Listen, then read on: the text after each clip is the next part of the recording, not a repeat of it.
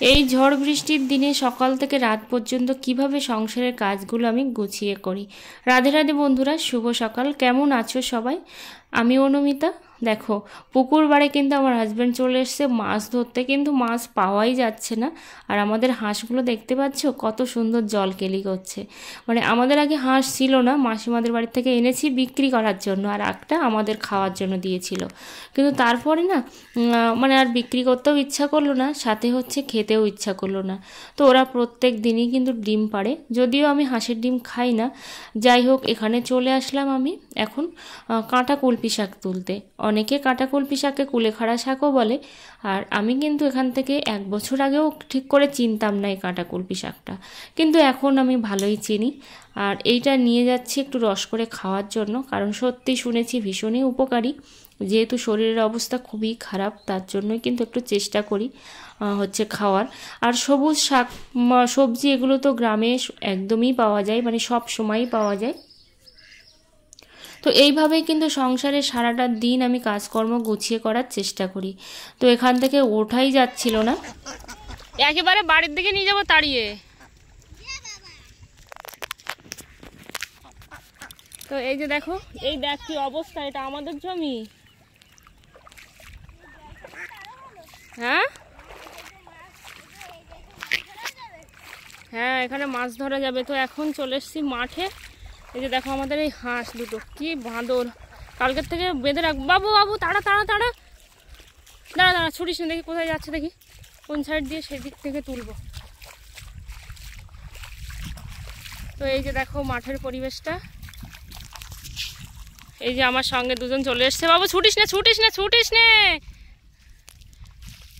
ছোটোবেলাতে এই মাঠে পড়ে যে কত কিছুই করতাম, মানে এই মাঠ নয়, এটা তো আমার শ্বশুরবাড়ির এলাকার মাঠ, মানে আমার মামার বাড়ির এলাকার যে মাঠটা ছিল। যেহেতু আমি ছোটোবেলা থেকে মামার বাড়িতেই বড় হয়েছি, তো সেখানে না এরকম ভেলা করে তারপর হচ্ছে চলতাম, কত মজা করতাম, কত আনন্দ করতাম। সেই দিনটা তো আর নেই। এটা হলো পরের দিন সকালবেলা। দেখো হচ্ছে আমি ভোরবেলা উঠেই কিন্তু রান্নাবান্না বসিয়ে দিয়েছি, কারণ আজকে হচ্ছে মিস্ত্রি আসবে। আর আমাদের গ্যাসটাও ফুরিয়ে গেছে, সাথে এতটাই বৃষ্টি হচ্ছে বাইরে যে উনুনে রান্না করাটা না একদম পুরো কষ্টকর হয়ে গেছে। কিন্তু তারপরেও উনুনে রান্না করতে হবে, উনুনে অবশ্যই যাব। কিন্তু সকালবেলা উঠে এখনও কেউ ঘুম থেকেই ওঠেনি, তার আগেই দেখো আমি উঠে রান্নাবান্নাটা বসিয়ে দিয়েছি এখানে। আর ইন্ডাকশানটা ছিল, তো ইন্ডাকশানের কথাটা আমি ভুলেই গিয়েছিলাম যদিও, কিন্তু তারপরে হঠাৎ করে মনে হলো যে না, আমাদের তো ইন্ডাকশান আছে, তাহলে তো এটা আমরা ইউজ করতেই পারি। আর যেহেতু ইলেকট্রিকের বিলের তেমন কোনো প্রবলেম হয় না, কারণ হচ্ছে আমাদের 2টো মিটার। আর 2টো মিটার হওয়ার কারণে কিন্তু আমাদের বিলটা আসে না, একদমই আসে না, সত্যি কথা যেটা। 1 বছর ধরে আমাদের ইলেকট্রিক বিল দিতে হয় না, তার জন্য কিন্তু অনেকটাই সুবিধা হয়ে যায়। তো এখানে দেখো ডিম আর আলুটা সেদ্ধ করে নিয়েছি, আর এদিকে হচ্ছে চা বানাচ্ছি, যেহেতু আমার হাজব্যান্ডও উঠেছে, সাথে একজন মিস্ত্রিও আছে। আর সত্যি কথা, লাইফে এই প্রথমবার কিন্তু আমার হাজব্যান্ড হচ্ছে লেবারি করবে। লাইফে কখনো কোনো দিন বাড়িতে 1 ঘন্টা কাজ করেনি, আর 1 ঘন্টা কাজও করে না, আর সেখানে দাঁড়িয়ে আজকে লেবার করছে। কিন্তু ওই যে মানুষের পরিস্থিতি কখন কিভাবে বদলে দেয় কিছুই বলার নেই। কিন্তু বলেছিল যে আমি লেবার নেব, মানে মিস্ত্রি আর লেবার, কিন্তু এত অল্প কাজ যেখানে লেবার নেওয়াটা না পুরো বেকার হয়ে যেত। তার জন্য একটু বুঝে শুনে তো চলতে হবে, সেই জন্যই কিন্তু লেবারটা নেওয়া হয়নি। কারণ একটু সাশ্রয় অবশ্যই করে রাখা প্রয়োজন, বা সাশ্রয় করা প্রয়োজন। কারণ একটা লেবার নিলে তো 500 টাকা দিতে হবে, আর লেবারের তো কোনো কাজই নেই তেমন কিছু, সেই জন্যই নিতে বারণ করেছিলাম। তো ওই দিকে দেখো কিছু কাজবাজ করে এসে এদিকে আমি ভাতটা বসিয়ে দিয়েছি উনুনে। আর উনুনে ভাতটা বসিয়ে দিয়েছি কারণ হচ্ছে গ্যাসটাও একটু ফুরিয়ে গেছে, আর তারপর হচ্ছে ভাতটা অবশ্যই করতে হবে। কিন্তু আমি তরকারিগুলোও করে নিতাম উনুনে, কিন্তু একদমই জ্বলছে না, প্রচুর পরিমাণে ধোঁয়া হচ্ছে, যেহেতু বৃষ্টি হচ্ছে তো সেই জন্য কিন্তু ধোঁয়া হচ্ছে। তোমরা কে কোথা থেকে আমার ব্লগটা দেখছো অবশ্যই কমেন্ট করে জানিও। আর চ্যানেলে নতুন বন্ধু হয়ে থাকলে চ্যানেলটা সাবস্ক্রাইব করে পাশে থেকো। তো এখানে দেখো কাঁকরোলটাও ভাজা হচ্ছে, ওদিকে ভাতটা বসিয়ে দিয়েছি, আর এদিকে কিন্তু কাঁকরোলটা বসিয়ে দিয়েছি। আমার 2টো জায়গা কিন্তু পাশাপাশি নয়, মানে ভাত আর এই যে ভাজাটা করছি দুটো কিন্তু অনেকটাই ডিস্টেন্স। তো এরকম ছুটে ছুটেই কিন্তু আমার কাজ বাজগুলো করতে হয়। আর একটা জিনিস কি বলতো, ধৈর্য আর পরিশ্রম দুটো থাকলে কিন্তু সফলতা অবশ্যই আসে, অবশ্যই এসে কিন্তু সফলতা ধরা দেয়। কিন্তু আমরা পরিশ্রম করি না, অথচ বলি আমরা কেন পাচ্ছি না, কেনই কিছু পাচ্ছি না, কেন আমরা সাকসেস হচ্ছি না, এটা কিন্তু আমরা বলতেই থাকি। তার জন্য কিন্তু আমাদের সফলতা তো দূরের কথা, আমরা তাদের ধারে কাছেও ঘেঁষতে পারি না। সত্যি কথা একদম। ও যে কোনো জায়গায়, তুমি যখন চাকরির জায়গায় চাকরি করতে যাবে তখনও কিন্তু তোমাকে পরিশ্রম করতে হবে, যে না আমাকে এই কাজটা করতেই হবে। সেম প্রসেসে আমরা যদি ভিডিও ঠিকঠাক করে না দিই তাহলে কি করে আমাদের ভিউজ আসবে, আর ভিউজ না আসলে ইনকামটা কি করে হবে? তো আমরা তো শুয়ে বসে আর স্বপ্ন দেখতে পারি না। তো তারপরেও কিন্তু হয়ে যায়। দেখো কত দিন আমার চ্যানেলে ভিডিও আসে না, বা ভিডিও শ্যুট করি কিন্তু ভিডিও কিন্তু এডিট করে আর পোস্ট করা হয় না। যাই হোক, চেষ্টা করব হচ্ছে ভিডিও করার। তো এখানে দেখো ভাতের হাঁড়িটা কোনো প্রকারেই আমি বসাতে পারছিলাম না, একদমই বসাতে পারছিলাম না, এত উঁচু নিচু এরকম অবস্থা ছিল, তার জন্যই কিন্তু বসাতে পারছিলাম না। তো এবার আমি বসিয়ে দিয়েছি ওটা, দিয়ে এখন যাব আবার সেই তরকারির কাছে। তো এইভাবেই কিন্তু কেটে যাচ্ছে আজকে। আর বাইরের ব্লগটা তোমাদের সঙ্গে তেমন শেয়ার করতে পারছি না।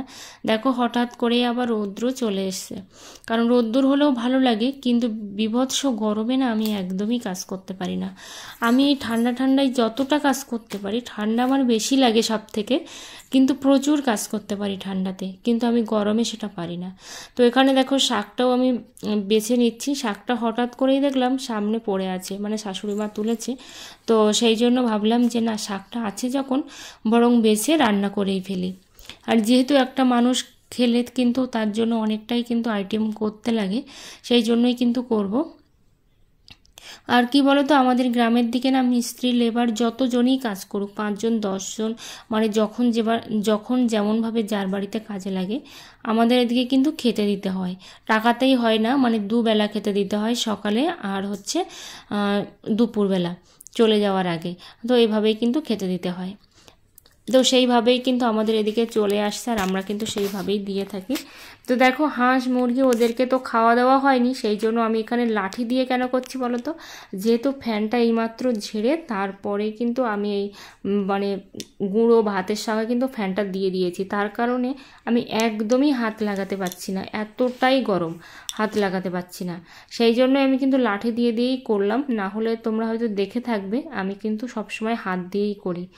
কারণ এগুলো তো ভাত, এগুলো তো আমাদের চালের যে গুঁড়ো হয়, তো এগুলো তো আমাদেরই জিনিস, তাই না?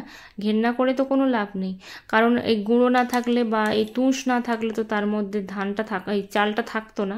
সেই জন্য কিন্তু সব কিছুই আমাদের করতে হবে। তো এখানে দেখো মুরগিগুলো চটপট করে সব বেরিয়ে পড়ছে, কারণ হচ্ছে ওদের এখন মনে হচ্ছে যে ওরা এখন বাইরে চলে যাচ্ছে। হাঁসগুলোও দেখো বেরিয়ে গেল, আর ওটা হচ্ছে বাইরের একটা মুরগি। এই যে আমাদের মোরগের সঙ্গেও কিন্তু প্রচুর পরিমাণে একটা বাঁদরামো করে, যেটা বলে, এই দেখো লড়াই করতে শুরু করে দিয়েছে। যাই হোক, এবার খাবার দিয়ে কিন্তু আমি ওদেরকে তুলে দিচ্ছি, ভেতরেই তুলে দেবো, কারণ হচ্ছে বাইরে আমি ছেড়ে রাখি না, যেহেতু ডিম পাড়ে তো সেই জন্য কিন্তু বাইরে আমি রাখি না, তাহলে আর ডিমই পারবে না। তো এখানে আমি ঠাকুরের জন্য দেখো বানাচ্ছি হচ্ছে সুজির পায়েস, সুজি বলতে সিমাইয়ের পায়েস বানাচ্ছি এখানে আমি। তো হঠাৎ করেই মনে হলো যে ঠাকুরকে আজকে আমি পায়েস দেব, তো সেই জন্যই কিন্তু পায়েস বানাচ্ছি। তো ভালো লাগে মাঝে মধ্যে দিতে, কিন্তু ওই যে সময়ের অভাবে হয়ে ওঠে না, তাই বলে যে কোনো কিছুই দেব না সেটা নয়। রান্না করা প্রসাদটা সবসময় দেওয়া হয় না, এটাই হচ্ছে ব্যাপার। তো এখানে দেখো আমার প্রায় হয়ে গেছে, একটু ফুটলেই কিন্তু হয়ে যাবে। তোমাদের সঙ্গে একটা কথা বলি, একদমই যেটা সত্যি আর হচ্ছে একদম আশ্চর্যজনকভাবেই আমার সঙ্গে হয়েছে।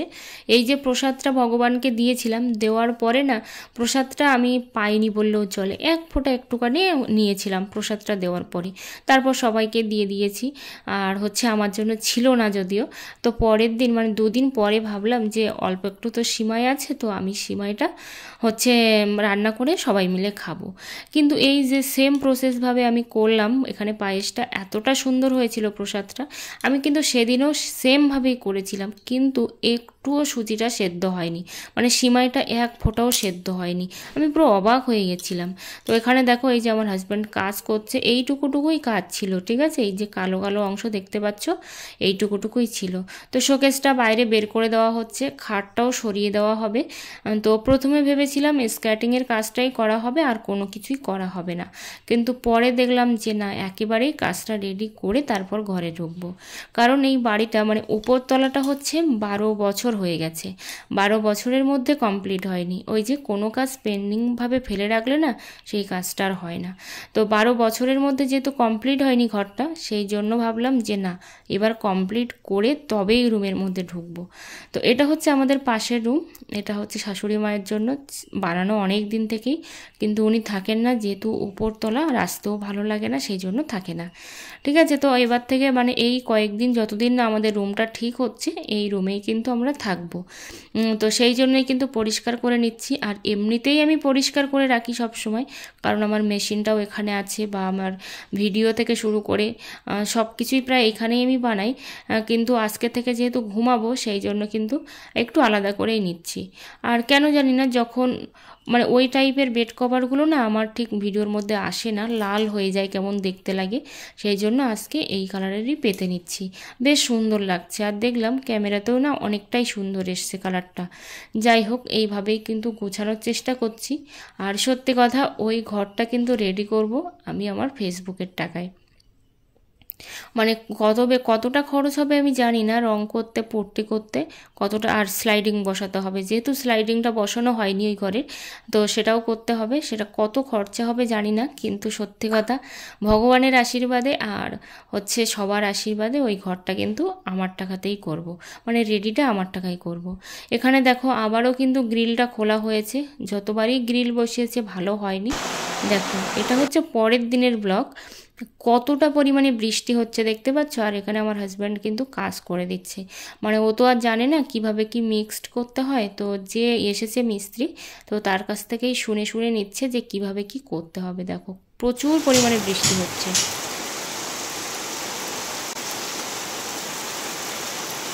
আজকের মতো টাটা, সবাই অনেক ভালো থেকো, অনেক সুস্থ থেকো, রাধে রাধে।